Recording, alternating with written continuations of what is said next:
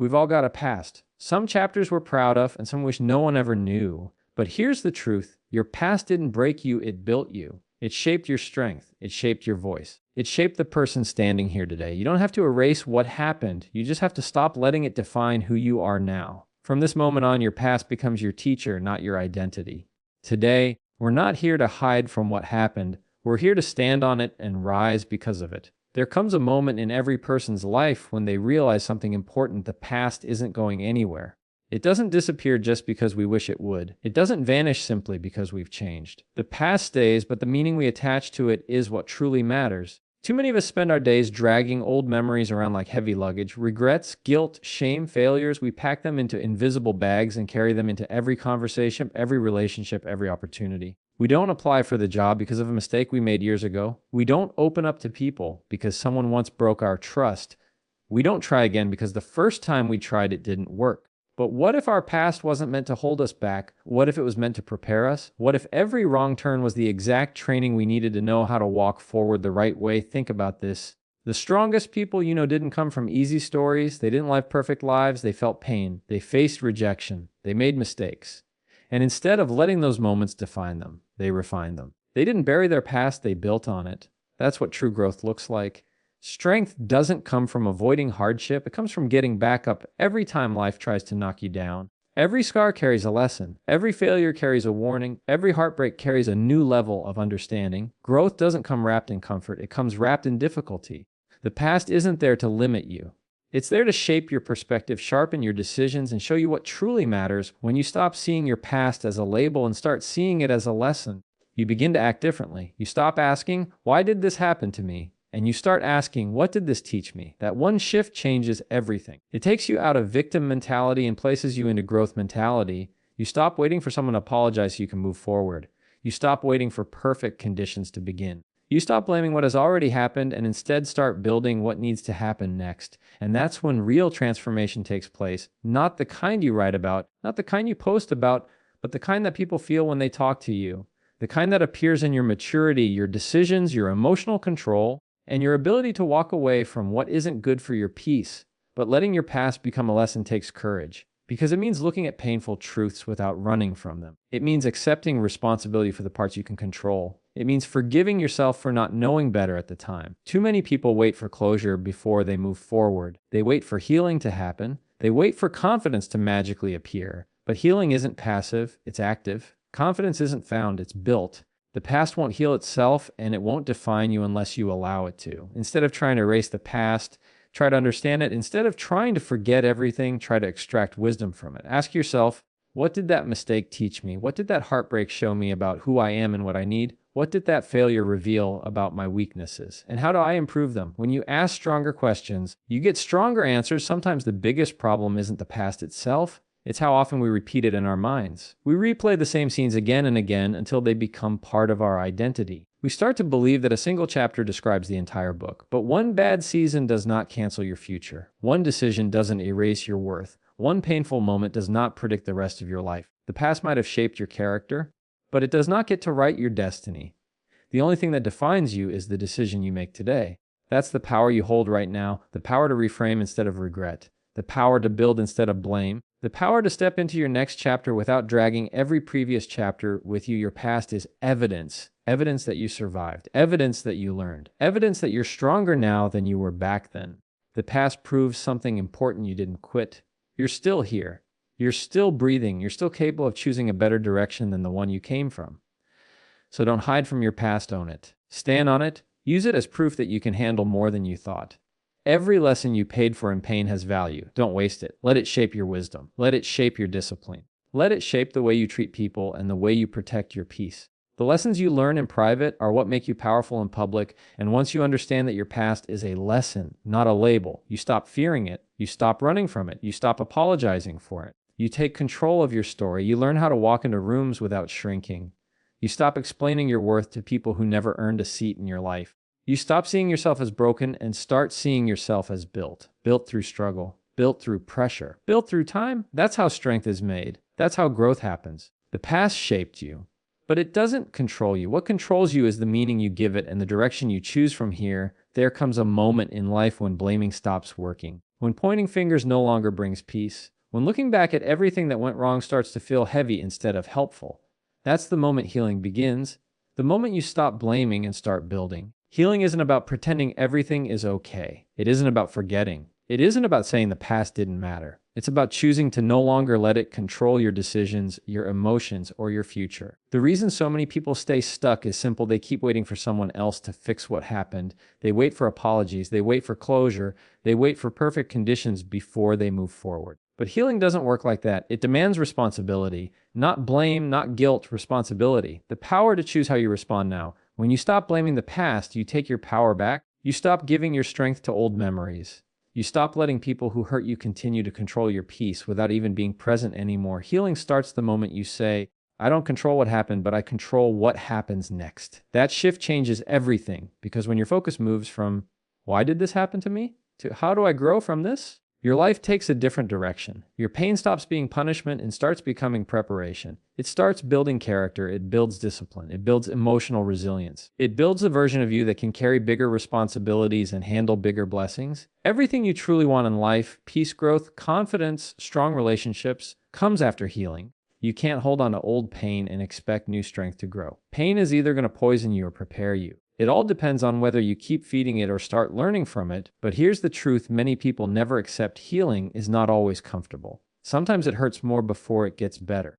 Because healing doesn't always mean feeling good. It means facing the truth. It means confronting pain instead of running from it. It means looking at the parts of yourself you kept hidden, the fears, the insecurities, the mistakes, and finally dealing with them. Healing is like cleaning a wound. It might burn, it might sting, but it's the only way to prevent infection. Emotional wounds work the same way. Ignoring them doesn't heal them. Distracting yourself doesn't cure them. You have to open them, clean them, understand them, and then let them close in the right way. That takes courage. It takes honesty. It takes patience. And that's why healing is rare, not because it's impossible, because honesty with yourself is hard. Healing also demands separation. You can't stay in the environments that broke you and expect to rebuild. You can't surround yourself with people who drain your energy and then wonder why you don't feel strong. You can't keep giving chances to people who never earn them and expect to feel respected. Healing means choosing peace over approval. It means walking away not to prove a point, but to protect your growth. It means learning how to be alone without feeling lonely. Because sometimes solitude is the training ground for strength.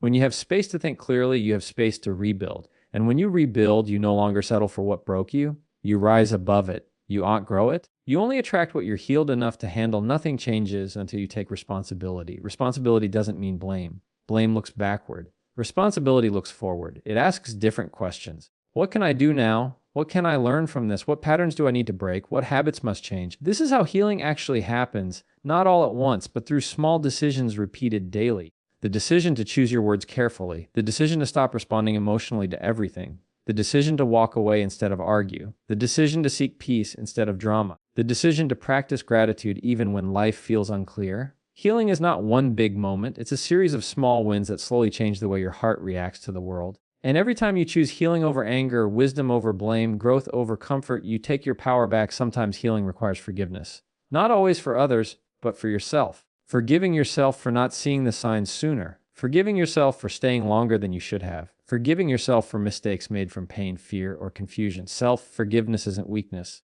It's recognition that you are human, that you are learning, and that you now know better.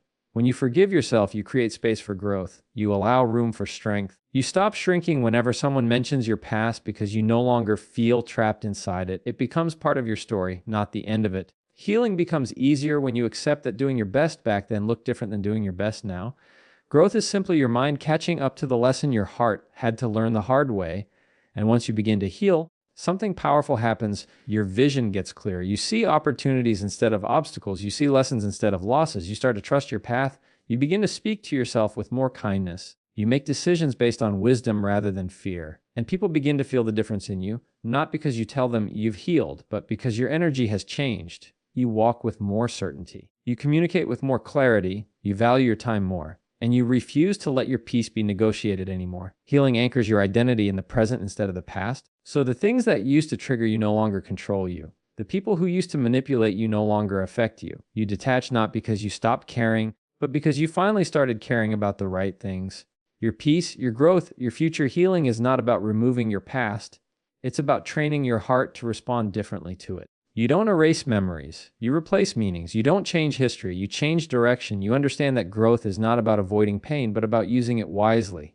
You look at life differently. You walk into rooms differently. You speak differently. You choose differently because healing does not change who you are. It reveals who you were always meant to be. There comes a powerful moment in life when you realize you are not who you used to be. Your thoughts have changed. Your reactions have changed. Your standards have changed. And yet, sometimes the world keeps expecting the same old version of you. Old friends still treat you the same. Old mistakes still echo in your mind. Old doubts still try to convince you that you haven't changed at all. But growth doesn't always announce itself. It doesn't send notifications. It doesn't wait for applause. Growth is quieter. It happens in the way you think before you speak, in the way you choose to walk away instead of argue, in the way you no longer chase what drains your peace. Growth lives in the decisions others don't always see. That's how you know you aren't who you were. You are becoming who you choose to be. Next, people often think change means having it all figured out. But change doesn't require perfection. It requires direction. It demands a decision, a willingness to release what no longer fits the person you're becoming. Your identity is not a prison tied to your past. It's a choice tied to your future. You are not the mistakes you made. You are not the fears you once believed. You are not the limits someone else put on you. You are the decisions you make after learning from those experiences. The truth is, people might judge you by your past because they have no access to your growth. They only see the history, not the healing. They notice the mistakes, not the lessons. That's why it's dangerous to let other people's memory of you decide your destiny. They see what you did. Only you know why you did it. Only you know how far you've come since then. Only you feel the silent battles you've fought. Other people may know your story, but only you know your strength. Choosing who you become next takes courage. Courage to disappoint others when you finally start prioritizing yourself. Courage to say no when you used to say yes to everything. Courage to rise without explaining your worth. Courage to admit that the version of you who survived the past isn't the version who will build the future.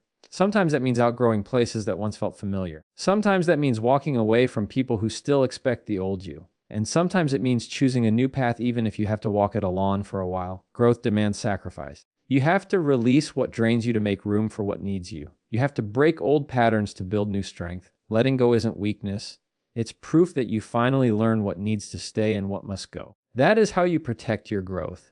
That is how you step into your next chapter with purpose instead of pressure. But stepping into the next version of yourself doesn't mean changing everything overnight. It's not about becoming someone new. It's about becoming someone true. The real you, the wiser you, the more disciplined you, the more healed you. Growth is a journey, not a switch. It begins when you stop seeking validation and start seeking clarity. When you stop begging for acceptance and start choosing alignment. When you realize the goal is not to be liked, it's to be respected. Not to be impressive, but to be intentional. Not to repeat your past, but to rise above it. Every time you set a boundary, you honor your growth. Every time you choose calm over chaos, you honor your growth. Every time you refuse to argue with old versions of yourself, you honor your growth. This is what choosing who you become looks like in real time. There will be moments when doubt tries to pull you back, when old temptations return, when familiar voices say things like, "You've changed," as if that's something to feel guilty about, but you're not supposed to stay the same. Life is movement. Growth is evolution. Wisdom is earned. You shouldn't think the same at 25 as you did at 15. You shouldn't react the same after healing as you did while hurting. Change isn't betrayal, it's progress. It's the response of someone who refuses to let the past control their future anymore. Imagine staying stuck just to make old versions of yourself feel comfortable. Imagine limiting your potential just to keep other people satisfied. Living for approval is the fastest way to abandon your purpose. You do not owe your past self a lifetime membership. You owe yourself the chance to evolve. You are allowed to be proud of how far you've come. You are allowed to set higher standards. You are allowed to outgrow the places that no longer challenge you. And you are absolutely allowed to become someone your past self would admire. That is not arrogance. That is alignment. You cannot shrink and grow at the same time. You cannot cling to old pain and step into new peace. You cannot let fear win and still expect confidence to show up. Life respects effort. Growth respects commitment. Confidence respects repetition, doing the work even on the days when motivation goes missing. The future is not waiting for you to be perfect. It's waiting for you to be willing. Willing to try. Willing to change. Willing to believe that your next chapter deserves a stronger version of you. Understand this clearly. Growth doesn't erase your past. It transforms your relationship with it. Your past becomes evidence that you survived, evidence that you can adapt, evidence that you can rebuild. You don't have to run from your story. You just have to stop letting it write your endings. The past might have shaped you, but it doesn't get to control you. Not unless you hand it the pen. Your growth begins where blame ends. Your future begins where excuses stop. Your strength begins where self-belief starts. Every day you write a sentence in the story of your life. And you are allowed to change the tone anytime you want. You are allowed to edit the script. You are allowed to become the person you were meant to be before the world convinced you to fear your own power. There will be pressure. There will be doubts. There will be days when you wonder whether change is worth it. But look at how far you've already come. You made it through things you thought would break you. You survived nights that felt endless. You healed from moments that once felt impossible. Growth isn't about never falling, it's about refusing to stay down. Those who grow are not the ones who never get hurt. They are the ones who choose strength even after being hurt. They are the ones who learn, adapt, and rise. They're the ones who hear their old fears and still move forward. They become creators of their future instead of prisoners of their past. That's what it means to evolve. That's what it means to choose who you become next, and the moment you choose who you want to become next, the past loses its power to define you. The only version that matters is the one you are building right now.